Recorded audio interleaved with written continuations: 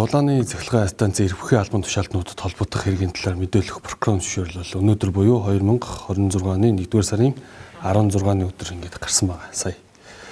За тэгэхээр 2026 оны 1-р сарын 14-ний өдөр буюу өчигдөр уржигдраас эхлүүлэн авилгатай тэмцэх газрын мөрдөн шалгах хэлцээс авилгын тодорхой хэрэгүүдээр мөрдөн шалгах дайчлах ажиллагаа зохион байгуулж ажиллаж байгаа.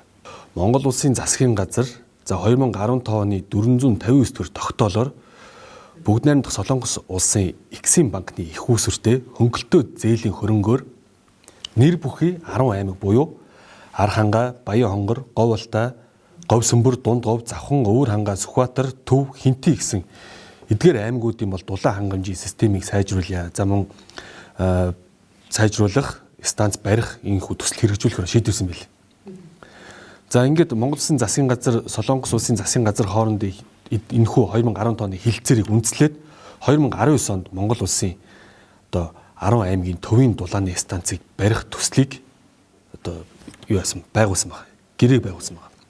За уг төслийн гэрээ нь бол өртгөн 148.7 сая $, одоо зээлийн хөрөнгөөр хэрэгжүүлэхээр шийдвэрсэн нийтдээ 40 жилийн хугацаатай бол зээлийн гэрээ байгуулсан.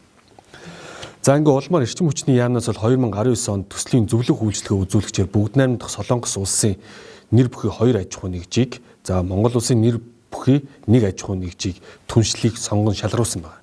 Зөвлөх үйлчлэгэн дээр тийм үү. За ингээд 2019 оны 7 дугаар сарын 31-ний өдөр зөвлөх үйлчлэгээний 9 сая гаруй $, гэрээг бол байгуулсан.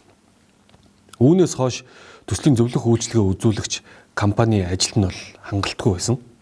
За зөвлөх үйлчлэгээний гэрээний хугацаанд дууссан байхад эрчим хүчний яамны төрийн нарийн бичгийн дараагаар ажиллаж байсан 50 бэх нь холбогдох хууль тогтоомжуудыг зөрчин за албан тушаалын байдлаа уруулан ашигласан.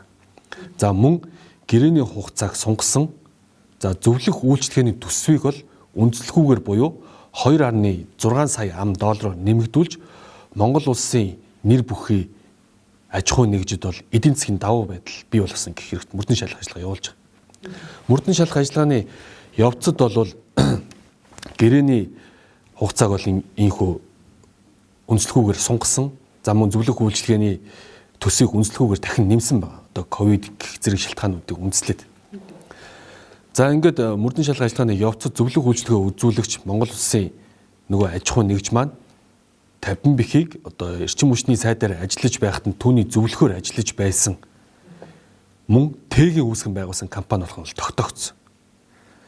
За мөн зөвлөх үйлчлэгээтэй холбоотой нийтдээ 2.1 сая $, буюу 7 гаруй тэрбум төгрөгийн санхүүжилтийг бол тухайн компани гаргуулан авсан эмх нөхцөлөдлүүд бол тогтоогдсон байна. Уг хэрэгтэй холбогдуулан одоогийн байдлаар бол яг одоогийн байдлаар 3 нэг сэжигтнэр баримтлан саатуулсан байна. За ингээд нийтдээ 21 объект газар нутгт байршилт за прокурорын зөвшөөрлийн дагуу үслэг нэгжлэгийн ажиллагааг зохион байгуулсан. Ийм мөрдөн шалгах ажиллагаа явагдсан.